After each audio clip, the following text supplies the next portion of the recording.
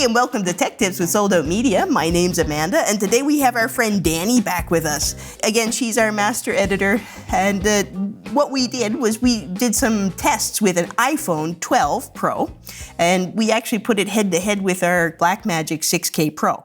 Dani, what do you expect from this test today? What are your perceptions of this? Well, and I think the first thing that you need to say is that how can a camera that's this big, like, equal a camera which is this big? Exactly. You know? Like, you can't compare the two.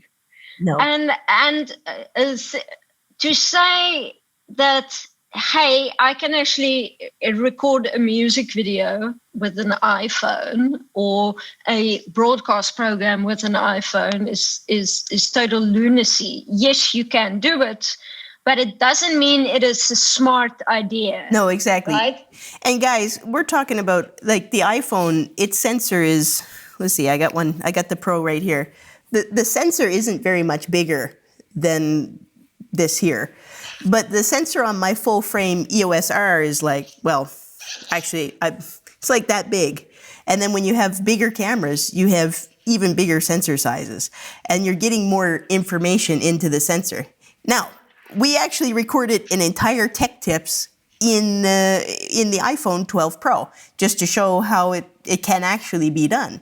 Okay, so I think the first thing that I'm going to say about this is let's just look at the skin tones, right? Mm-hmm. Like, if you look at the skin tones in Amanda in the shot, I don't know why, but all the iPhone footage I've ever seen come out is like, it's like a pinkish hue, a pinkish color that actually just puts it in your skin. I'm like, I don't understand why. So it's just how it records. Exactly, right?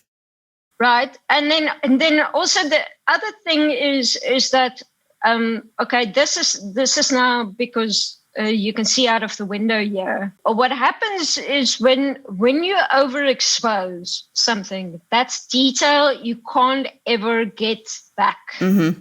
Right. And you don't really have controls. I mean, it's a touch screen. So there's no like, oh, bring what levels down, you know, like, so you don't really have a lot of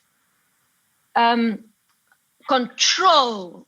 No, exactly. Over what you're using when you're using an iPhone. No, exactly. And that's why so many people are marketing ND filters for iPhone 12 right now. Yeah.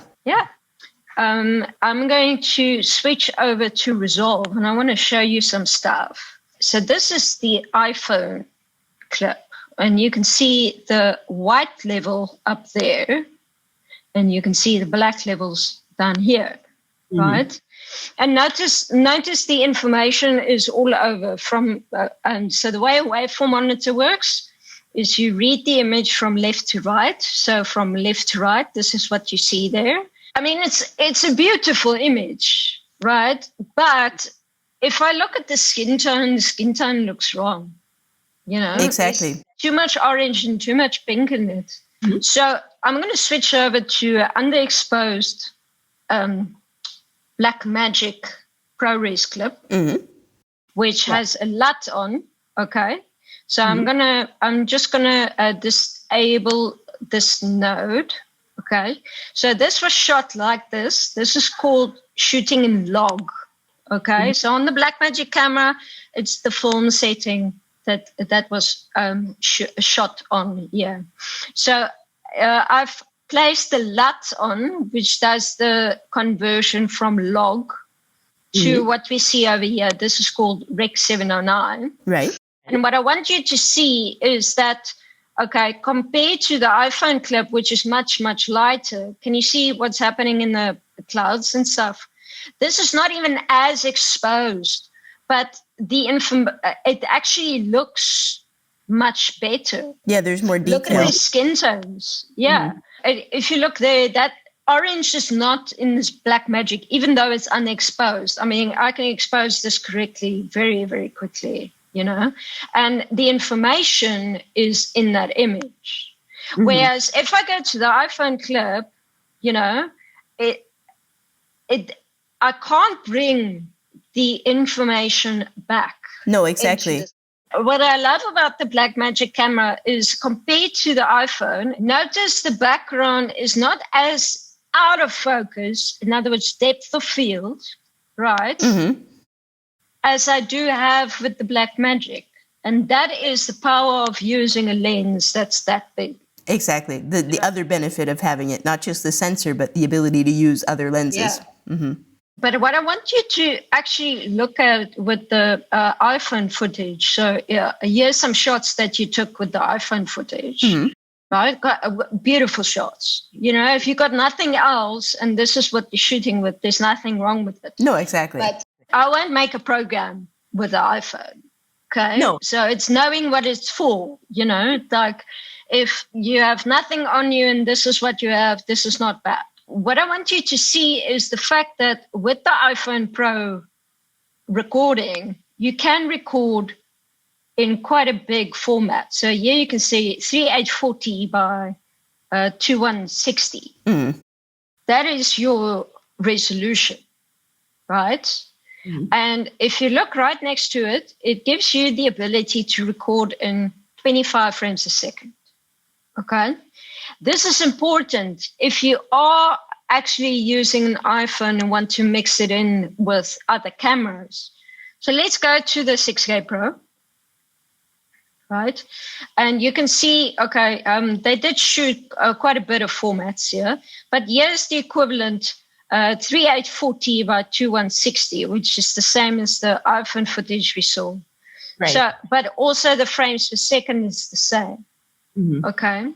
And so if I actually look here, right, this is quite a beautiful image. You know, notice the rocks. Oh, all the detail. And the rocks. Right. Notice the foliage. Right. The detail on the foliage. And so you got dark areas as well. So she's got black pants on.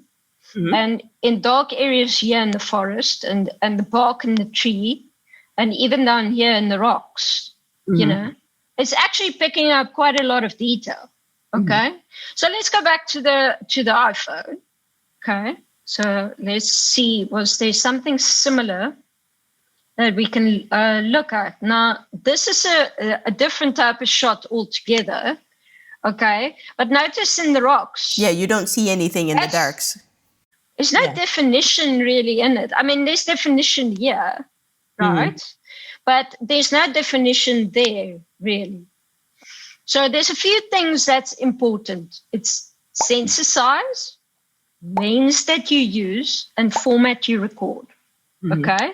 We sort of have that going for us with the iPhone, where we've got 3840 by 2160. And you basically said that the iPhone's sensor is about that size. Yeah. Right?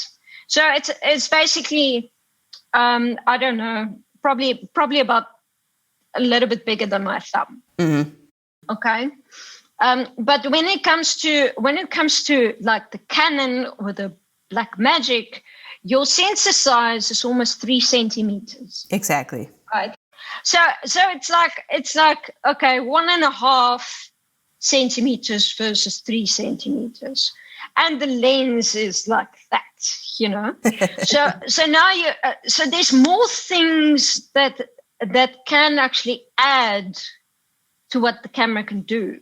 The next thing that I want to chat about is the codec. Okay.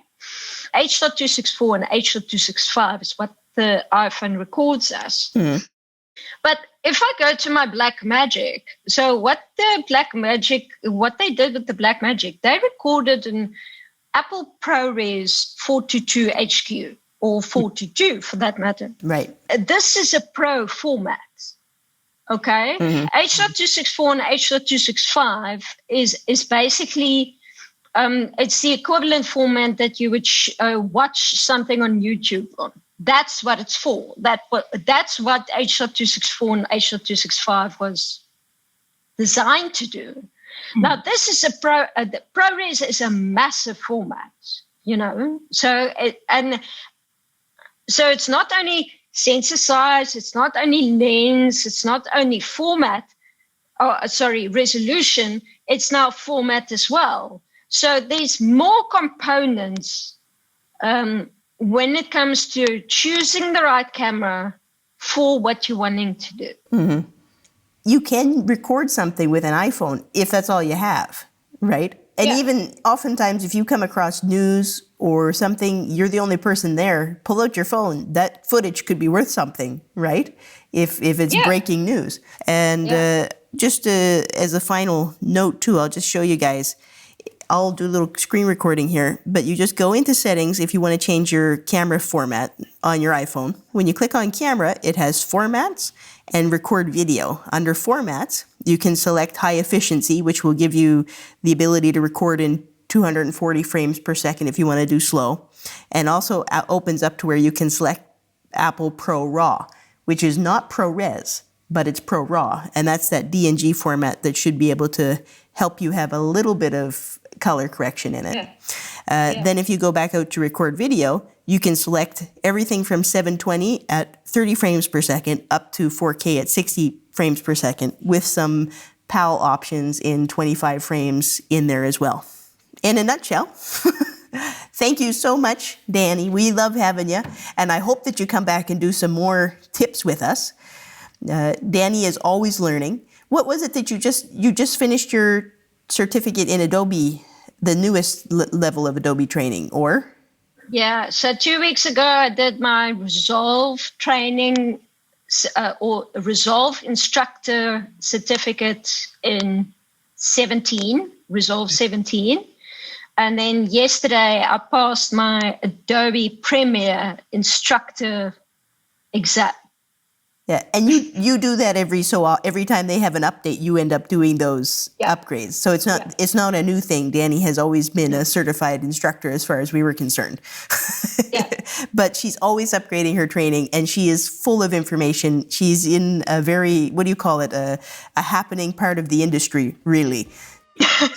If you guys have any questions for Danny, let us know on the comments, and we'll make sure that we ask her and maybe do videos with her more.